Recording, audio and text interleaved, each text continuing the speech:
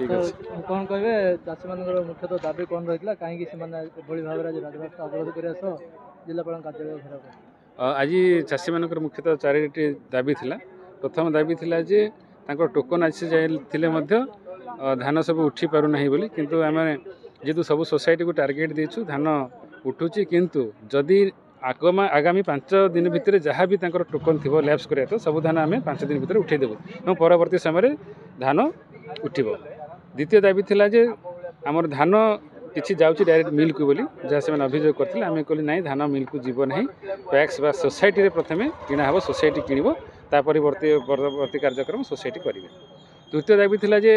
आमर जो civil supply officer और DRCS अच्छा से बहुत कार्य अवहेला कर विरुद्ध में कार्यानुष्ठान करने दाबी करते आम कहूँ विरुद्ध में निश्चय सुरक्षानुगत कार्यानुष्ठान ग्रहण कर। चतुर्थ दाबी थिला जे कपा मंडी एवं मका मंडी खोलिया जेहेतु गजपति जिले में ना तो सेटा आम सरकार को प्रस्ताव देवु मंडी खोलिया। सर बर्तमान जो चाषी मैंने मिलर पाखे धान देते से 2 ରୁ 5 किलो मध्य काटि सेमती खबर रही भिजुआल रही तदंत जारी रही कौन नहीं निश्चय तदंत कर कारण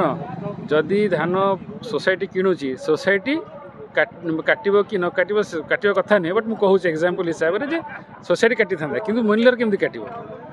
जदि धान डायरेक्ट मिल को जाऊँगी ताहले से सेमती करूँ जदि सेमती होती विरुद्ध में इनक्वारी करके एक्शन।